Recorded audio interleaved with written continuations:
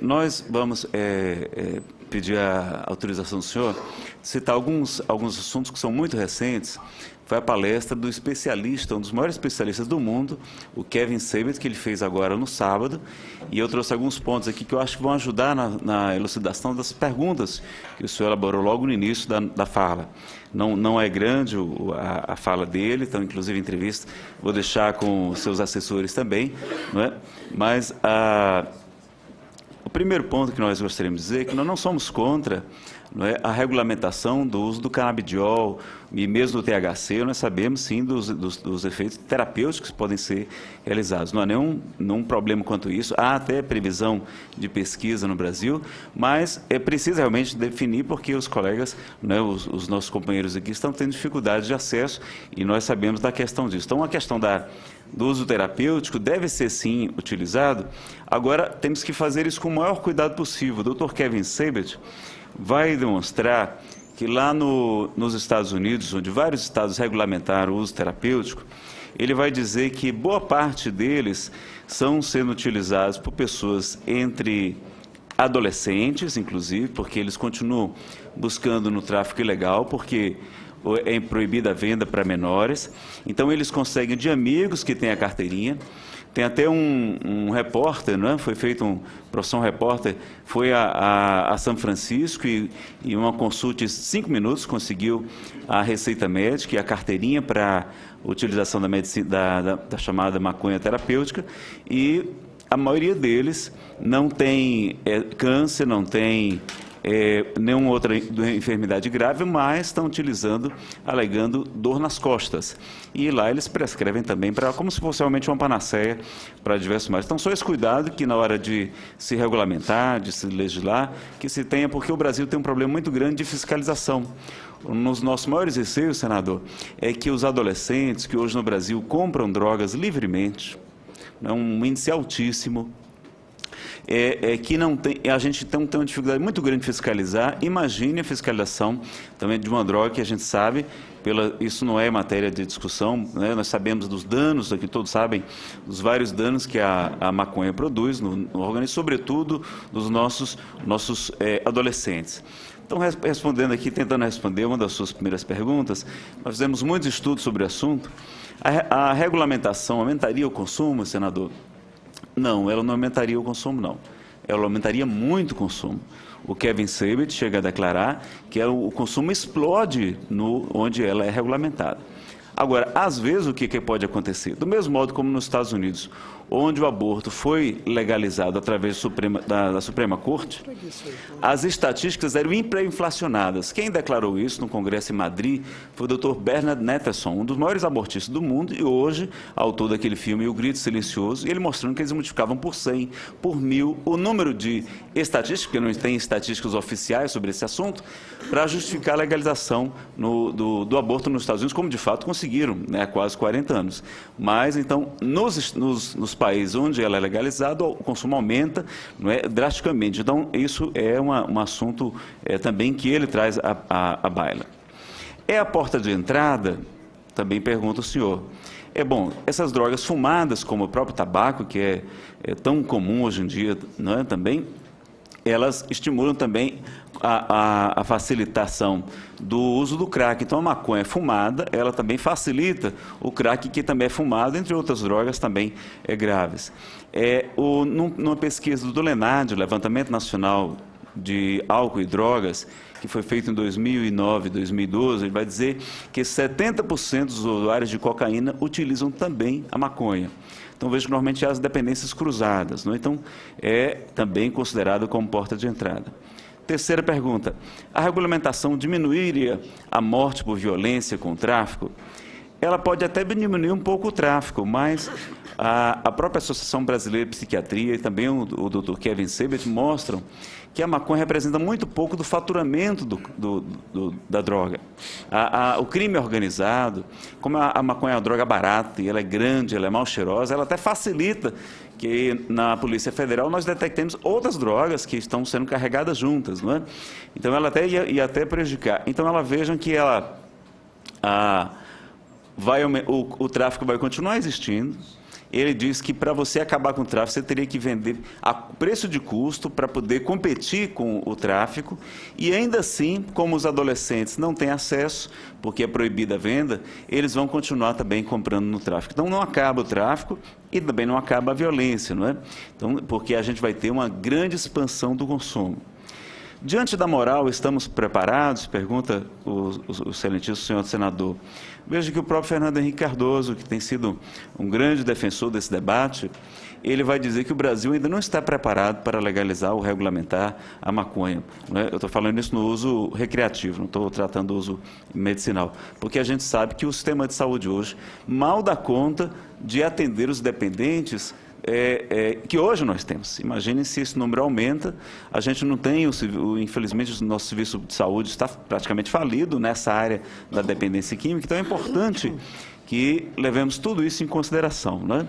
Se diz que a violência aumentou por causa da maconha, das drogas, mas o aumento do consumo de drogas vem, sobretudo, do materialismo, do ateísmo, do consumismo, das desigualdades sociais, da falta de educação, de emprego, de limites, de educação moral e espiritual, o aumento das mães solteiras, crianças abandonadas, da publicidade, da impunidade que reina no nosso país, da apologia, exemplo dos famosos, não é?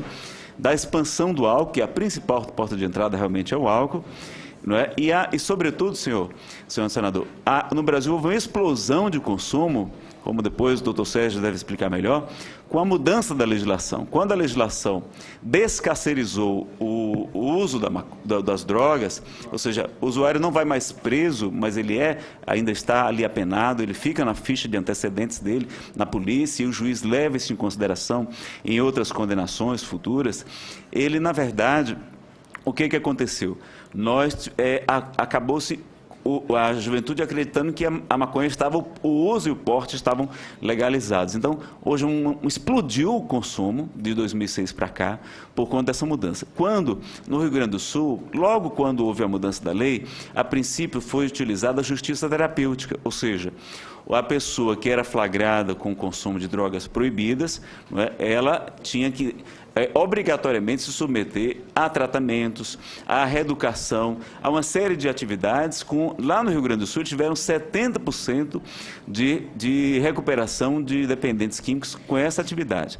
Agora, hoje, com a atividade que tem, as pessoas estão fumando até na frente da própria polícia, nos estádios. Enfim, hoje está uma consciência deturpada do que seja realmente o porte. Então, a mudança, a volta da justiça terapêutica seria uma coisa muito interessante.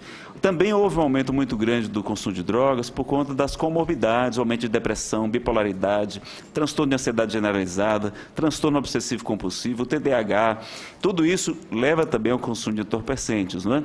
O Isamitiba, um psiquiatra, também fala da quantidade de pessoas que ficam até mais tarde em casa, morando com os pais, não casam cedo, então não tem tanta responsabilidade, não tem os filhos, não tem uma esposa, não tem um lar. O Brasil, nós sabemos, é uma rota para o tráfico internacional, são 17 mil quilômetros de fronteira seca, é muito difícil a gente controlar a droga no Brasil, né? Vizinho dos 3 maiores produtores do planeta, não é? E é o álcool que está presente em quase todos os crimes.